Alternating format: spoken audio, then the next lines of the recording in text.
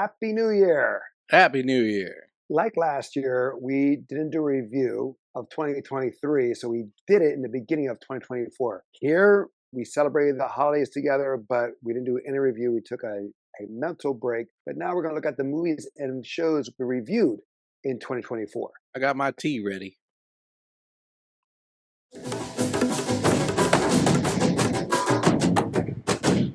Happy New Year and welcome back to Tales of Two Bros. My name is Angel, I'm a Don. where we give a review at least once a week. Spoiler alert for this? Maybe if they missed an episode. Maybe.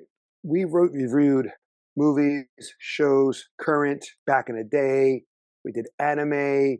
We did some tastings. The tastings we're not going to do on this one. We only did like 4, 5 tastings, so not enough, I think, in my opinion.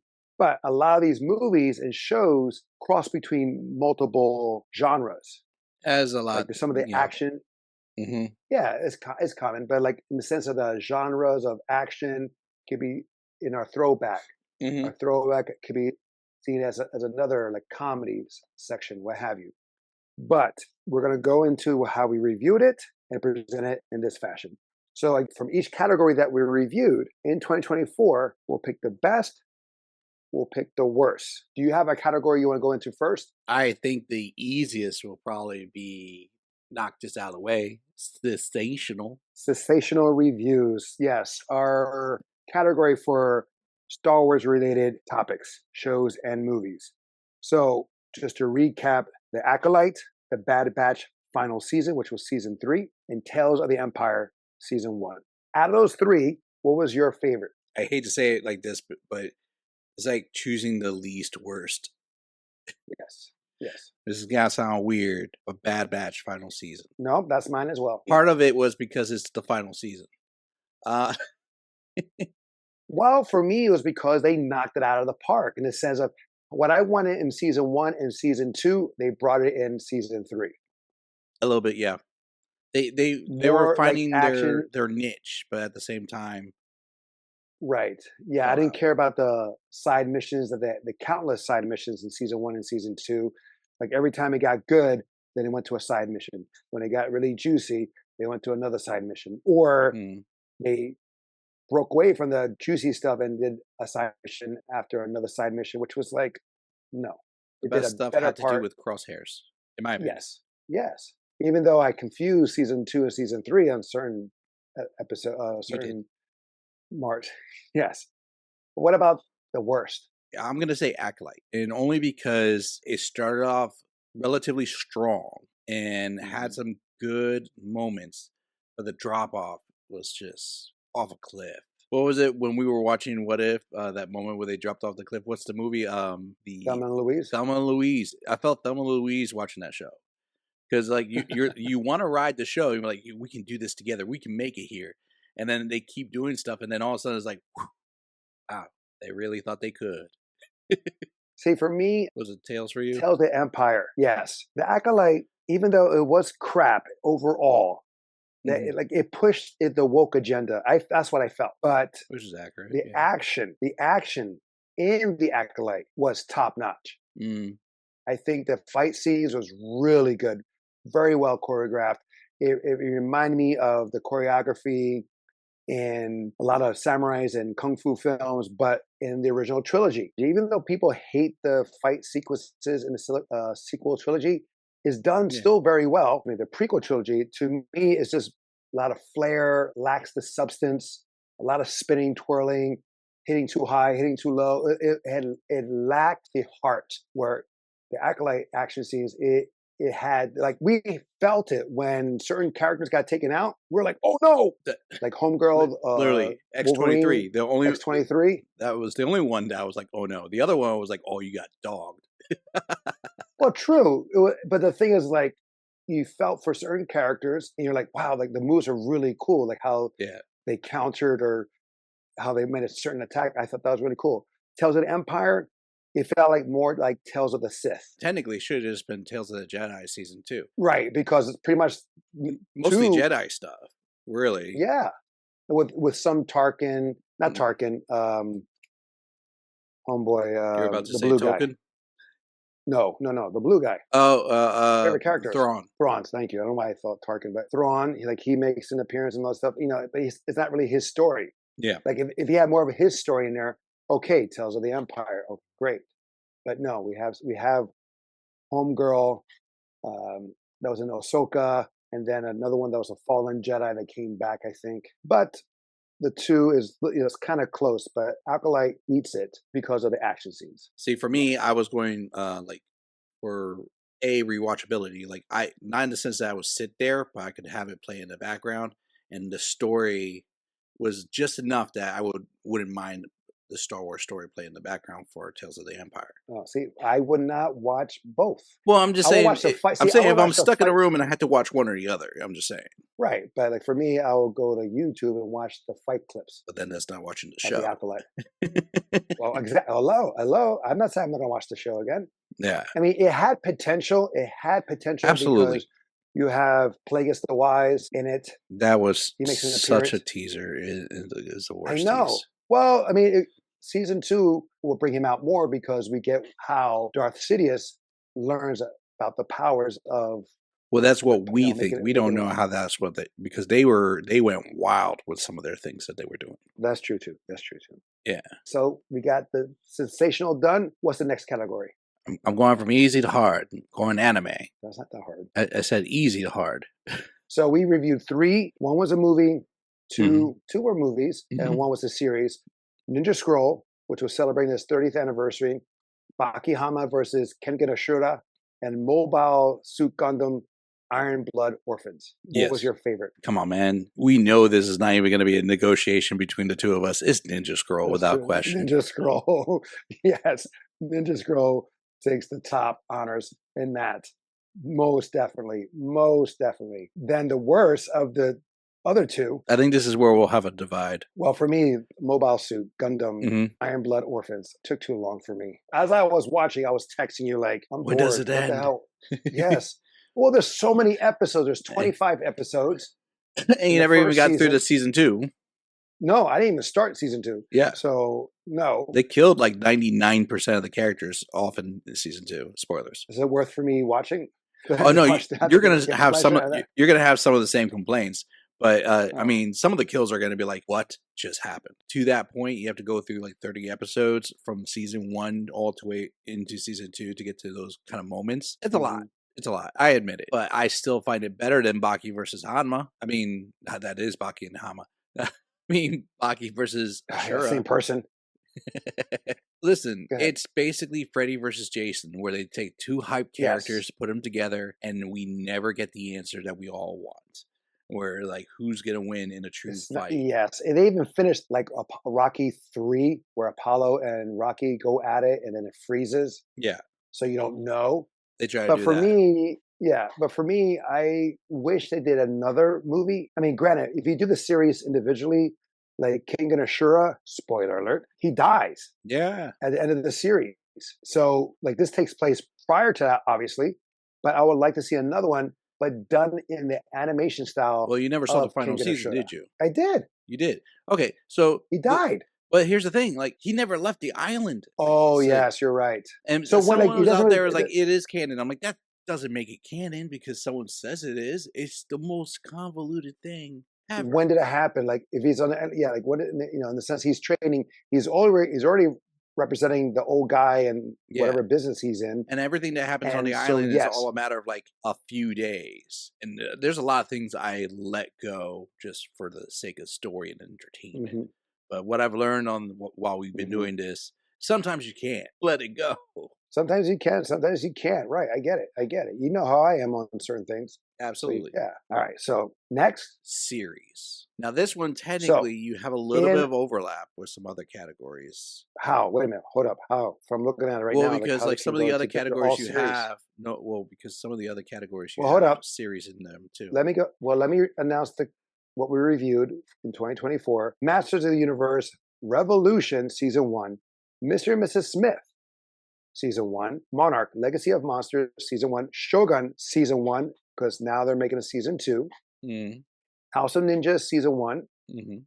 Invincible, season 1 and season 2. We did a twofer in that, if you will. How these can go to other categories? You had series in other categories too. Great example was like Bad Batch and all the No, Star Wars, true. but Fair enough. Fair enough. Out of these, that's in this category, which is your favorite? And this is tough for me. Shogun's Okay. the best. I do like Invincible. That's a close runner-up because Invincible Yes. has a lot of all shock moments, but Shogun had shock moments for me too. It got me so hyped. I watched all of the original Shogun. That I originally owned and I let him borrow. You did. And I have the Blu-ray version. He has a DVD version. He gave me the poor But I have version. yet to. That's not a poor version. That's a nice ass presentation. That shit was expensive when I got it. Absolutely. And I watched the hell out of it. It was so good, it made me appreciate the original that I sat through it twice.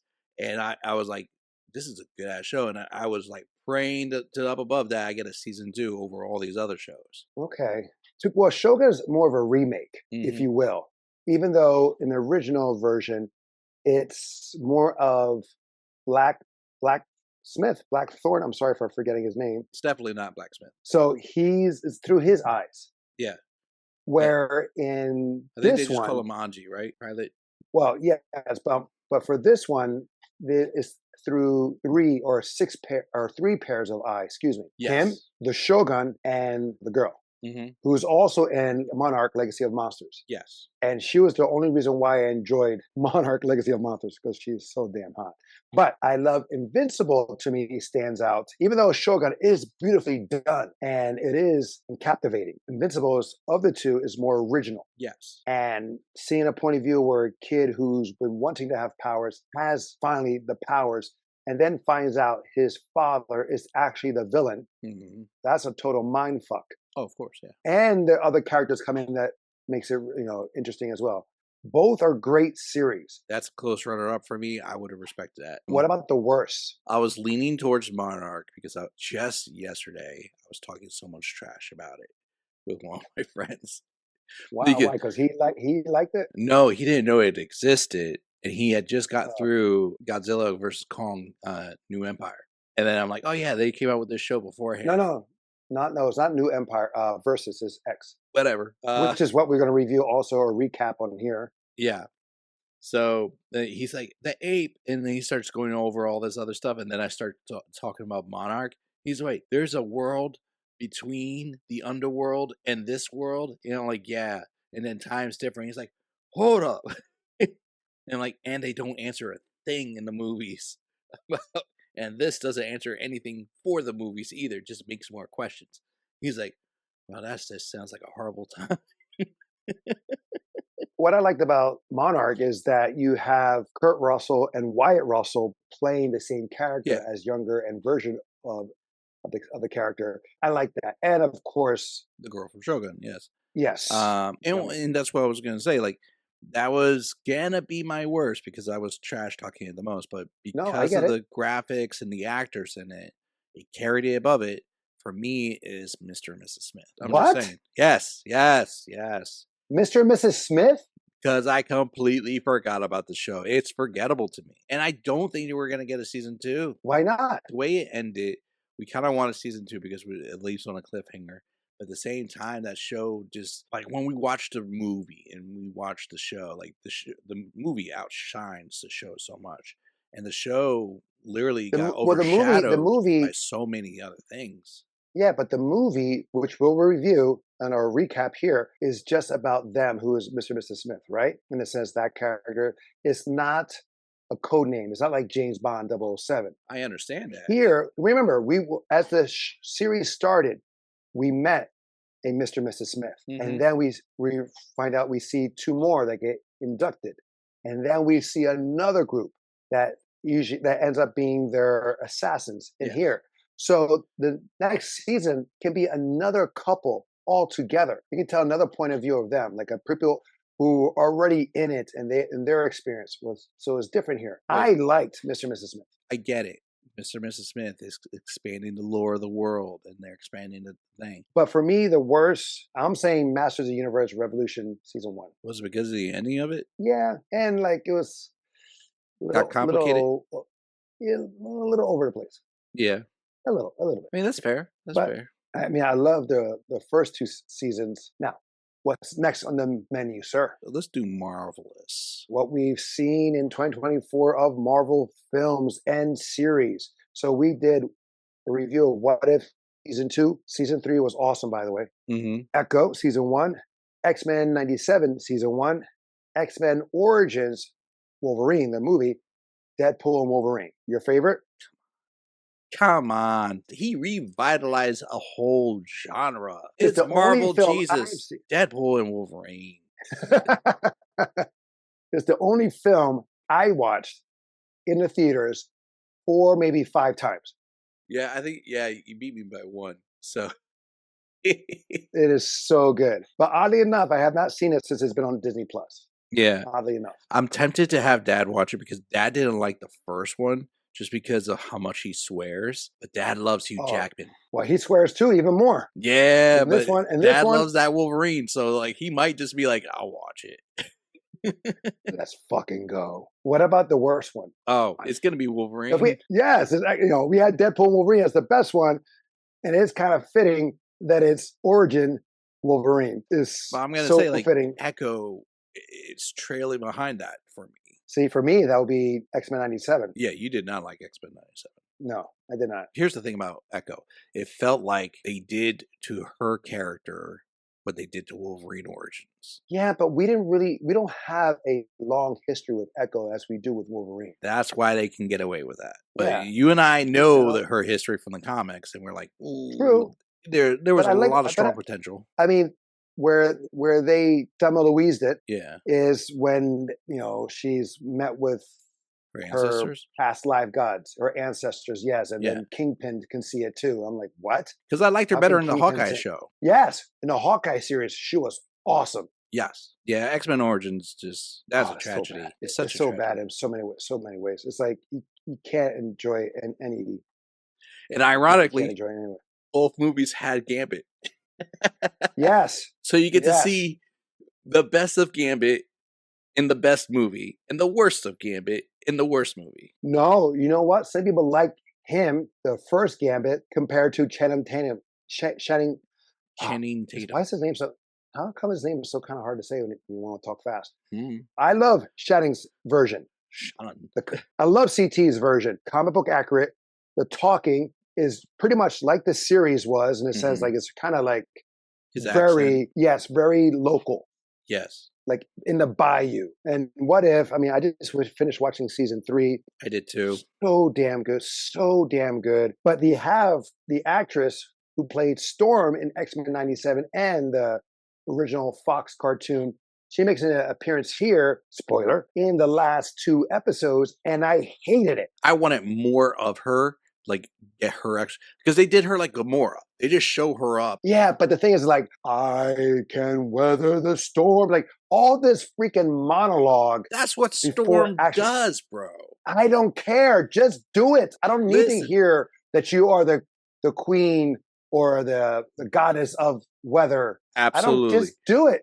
Listen, no, that is no. It might be cliche by now, but listen, if there's ever 2 characters that will guarantee a monologue on the screen, it is A, Storm. She is guaranteed to monologue her powers, and Apocalypse. I am the like the crashing of the shores, of waves of shores of time. Oh, I can't even say it now. Like time, just epically monologue. If I had his voice, I would monologue right now, but I can't. Right, I get it, but I don't want it. I don't want it. Just go. Just like we know. Although like, they did this when she really did throw down, she didn't monologue that. She just like threw down. No, the fight scenes in the last season, the last episode was on point. Next category, please. Of course, if we're talking about Marvel, we have to follow up with DC-ness. Yes, our DC-related property. The Penguin, Batman Forever, Joker, Joker Folie à Deux, Batman Mask of the Phantasm, and Batman Cape Crusader. So we have a mix of movies and shows here. What was your favorite? For me, it's Penguin. Of the DC-ness movies and shows that we watched this year, it blew me away.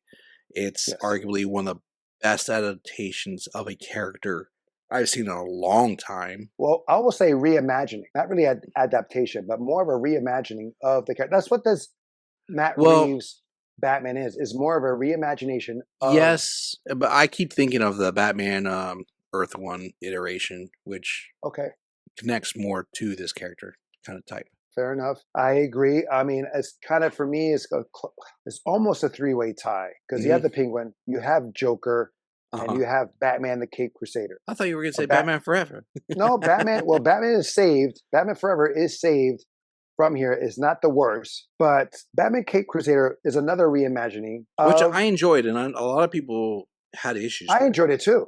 Yeah. No, but it's a reimagining of Bruce Timm's Batman the Animated Series. I thought it was a fun take. I thought it was a great take. And you have the Joker, or you have Joker with Joaquin Phoenix. Again, it gets influenced like the Batman, which spun off the Penguin. That is a reimagining of this character in a familiar genre, the King of Comedy, Taxi Driver, Serpico, things like that. Yes, and it was a great take. And the Batman has influence of Saw and Seven, those genres. What about the worst? And I think we all know that one is Joker, Folie à Deux. Yes, a movie that shouldn't have been made. A movie they didn't want to make, not the studios, but the director, writer, and the actor. They did not want to make this. They were forced to make it. So, in my opinion, this shows that this movie is a big FU to the studio. So here's what's funny about that concept, because I remember one other movie that was like that. It was Crank. So with Jason Statham. Yeah. They made two. They made a sequel. That's what you're saying. 2 and 3. They made 3 movies? For Crank? Yeah, it was Crank 2 and 3. It's wild. Insane. All with Jason Statham? All with Jason Statham. I think it was the writer or the director. One of the two was like, yeah, so we didn't want to make a sequel. They kind of forced our hand to do it. So we just said, screw it. Let's just make it insane. And we kept doing worse and worse stunts and more insane stuff and more outrageous stuff. And apparently people kept watching. It didn't pay off like this. No, but for me, Crank reminded me of Speed. Yes. But as a person, the person is the bus. His heart rate had to be a certain thing, from what I remember. For Speed, the bus had to travel at a certain speed. It can't go lower than that, or it blows up. Yeah. Oh, I stand corrected. There was not a Crank 3. They were talking about doing a Crank 3. Crank 2 stopped. Next on the menu, action. Cyborg, Van Damme's movie. Roadhouse with Patrick Swayze.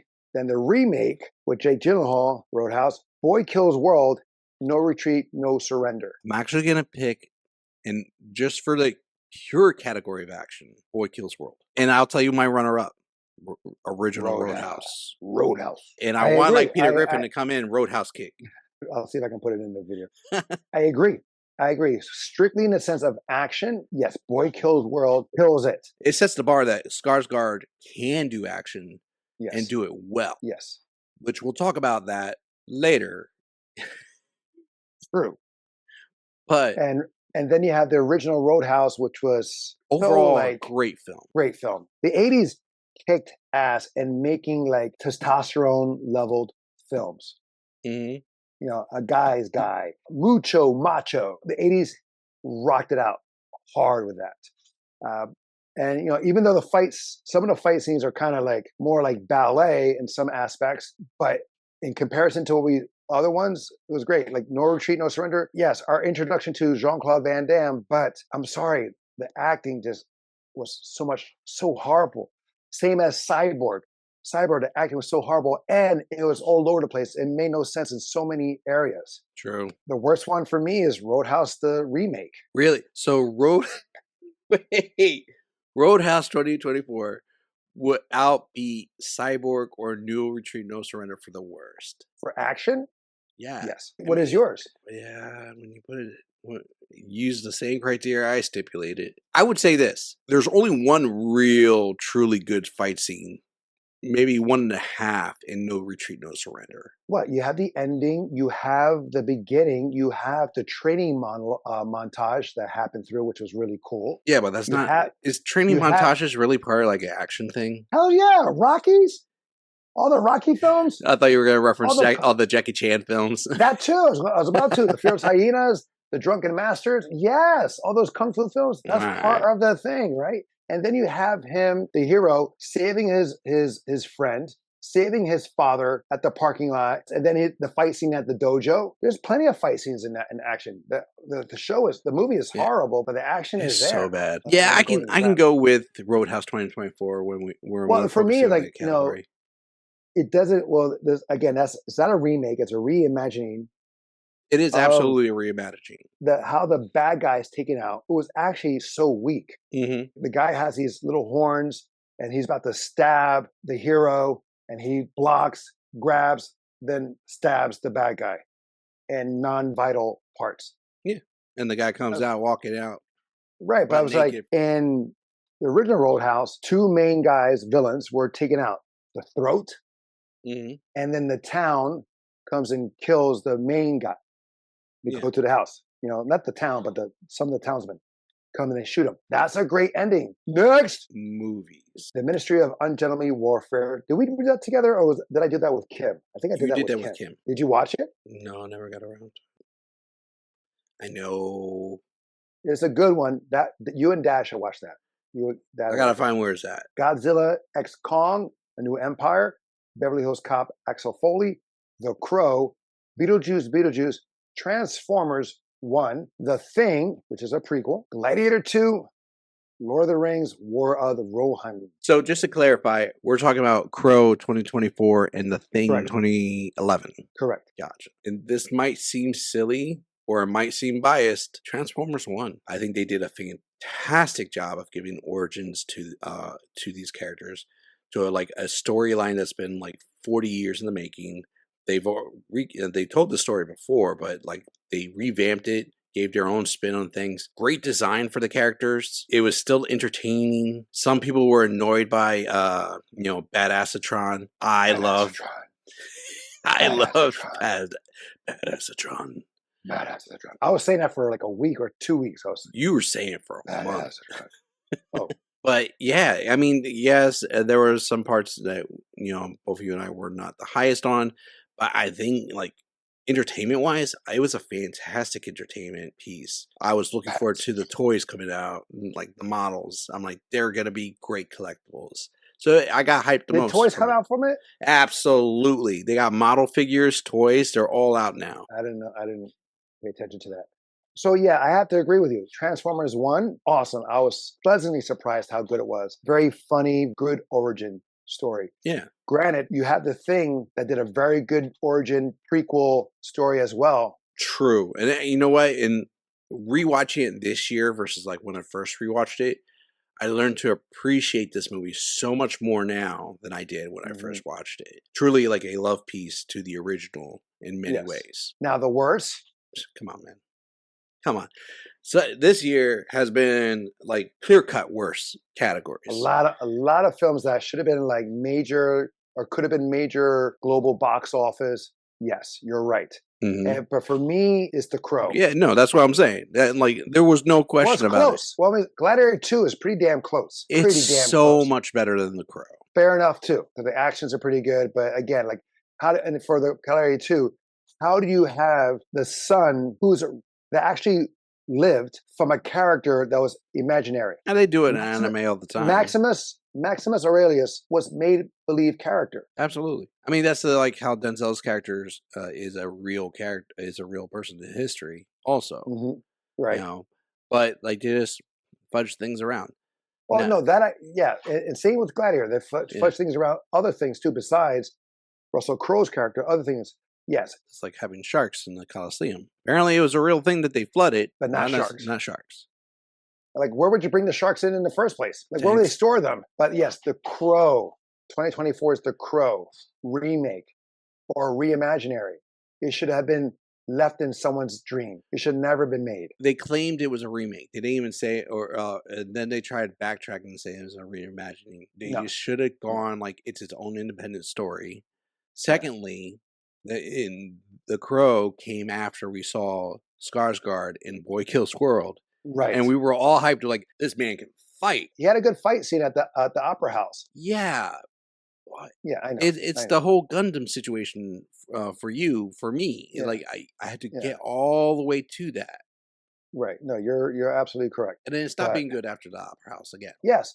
But I would love if they did it like a remake, follow how it was with the original, right? But be more truer or more true to the comic book material.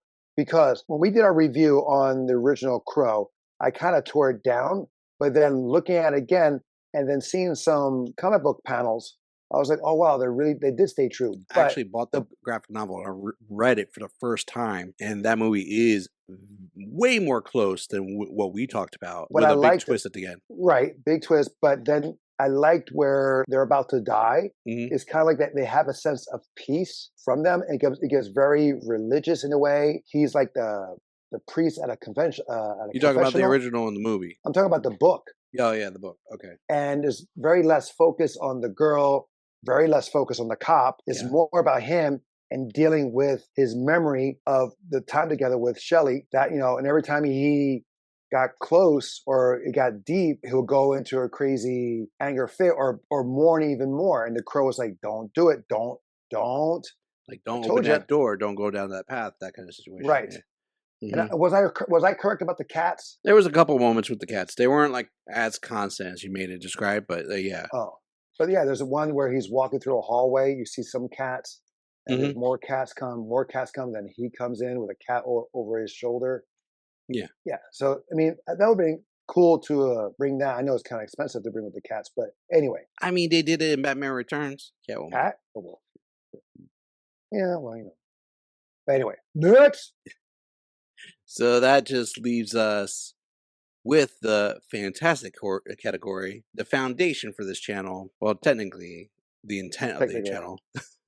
Throwback. In 2024, we reviewed Lethal Weapon, Scrooge, The Last Starfighter, again, Gladiator, The Thing from Another World, Blazing Saddles, The Crow, Alien, Tropic Thunder, Bad Boys, Mr. and Mrs. Smith, Night Court, the comedy series, Nighthawks, Beverly Hills Cop, and The Beastmaster. This is a hard category to pick from. Yes, because there's a lot of good gems in this category. Yes. Let's do the worst one. Which is still hard. Well, of them, the worst one, I would say, is Beastmaster. In no way is Beastmaster atrocious as a film, right? Cyborg. No. Should have been on this list, and it would have made things a lot easier.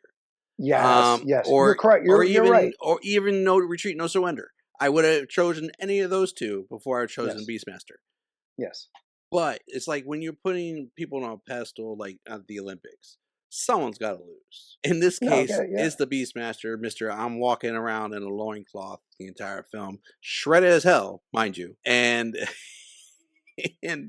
it does have some confusing moments. We talked about that. The whole bit with the cow, the whole thing with the sacrifice, Star Wars ancestry. Right. Like, that's my cousin. No, that's my sister. That kind of situation. One thing we didn't cover in our review of the Beastmaster, which was funny, I thought. So he has, the satchel and the sword wrapped around as like the letter X. Yeah. And every time he went to go fight, he had to take off the strap and scabbard of the sword. Every time he had a fight, he had to take that off. It shows the truth of that thing. Every time you see someone wearing a huge sword on their back, they would technically have to do that. There's no way. It's like they actually sometimes they do it with editing. No, editing you have to. But even like in video games, someone tried to do it in a video game and they kept the mechanics as it should be, and the character would just get stuck every time. So they're like, how does he do it in real life? Like, we just edited it out. Fair enough. For me, was The Thing from Another World. Oh, that's the worst. Oh yeah, you were not a fan of that genre of film. Age-wise, it didn't age well for you. Well, it's like they're talking way fast. They're dressed way too nice to be like set up somewhere. Like, they're not in their casuals. They're all like dressed to the nine. And I get it. Back then, when that movie came out, that's how it was done. I Love Lucy. Husband and wife, they slept in separate beds. So I get it. But it's just like, it didn't age well. And then you have The Thing that looks very humanoid. And then to avoid being hit by a shovel or something that would be thrown to the ground, it just hops onto a platform. It's just so funny in that aspect. But it didn't age well. And again, like hearing them talk, you have to watch it like maybe 2-3 times just to understand or have subtitles on to follow what they're saying in such a fast way. Yeah. Because they're not really acting; they're just saying the lines. Hey, John. Hey, Mike. What are you doing today? I'm going to get some coffee. But it's like, oh, really? Saying I got coffee. Well, the coffee, you be careful because the coffee is going to be a little cold, and make sure you heat it up. I was like, oh, yeah, okay, whatever. So for me, no. But now, best. This might be controversial because there are some really good ones. Night Court. That's your favorite? Yo, I burned through Night Court. All was it 5 or 6 seasons? No, it was like 9. 10. It's 9. Yeah. 9. I burned through all those seasons with an open smile, laughing out loud, watching Night Court. Because we were only supposed to watch like maybe season 1 or 2 and just call it at that. Not really get too deep into it. But I was just having that play in the background for a solid month. Just like watching it. I would sit down at my lunch at break and just watch it instead of anime.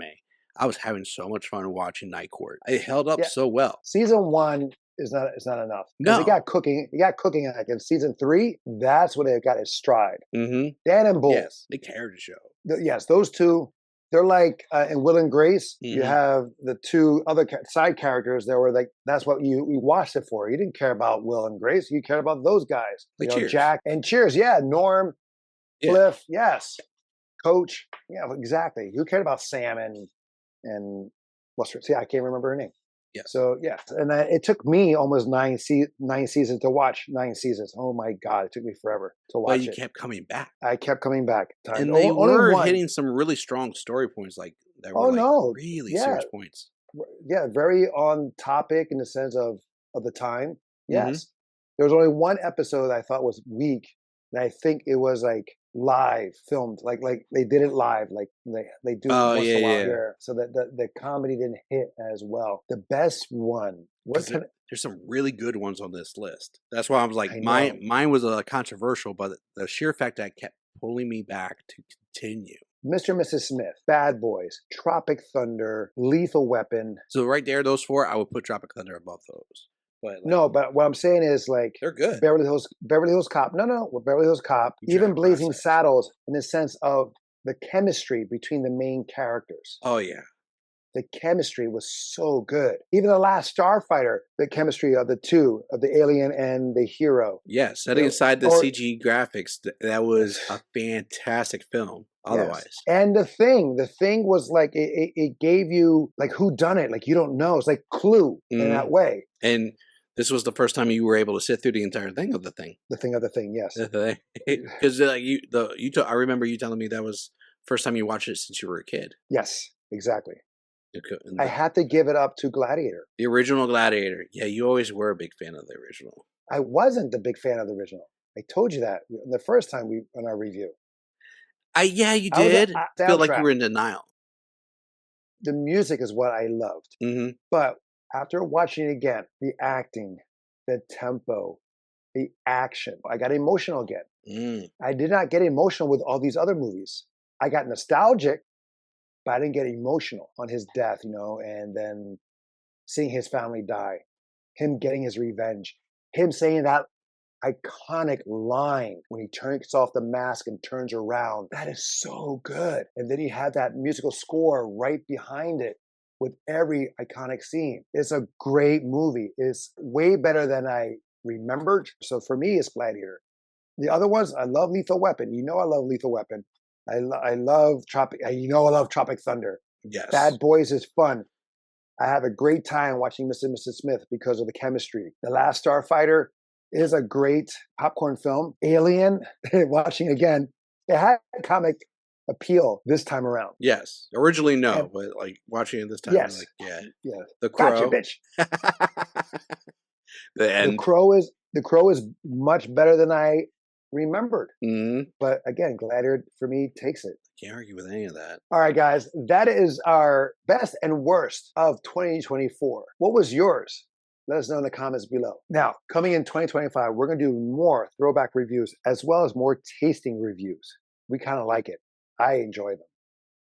Also, more of anything related like remakes, sequels, spin-offs, prequels, all that of the stuff we review. Yes, we still do some anime. And if time allows it, we'll be adding more 1-minute reviews in our shorts.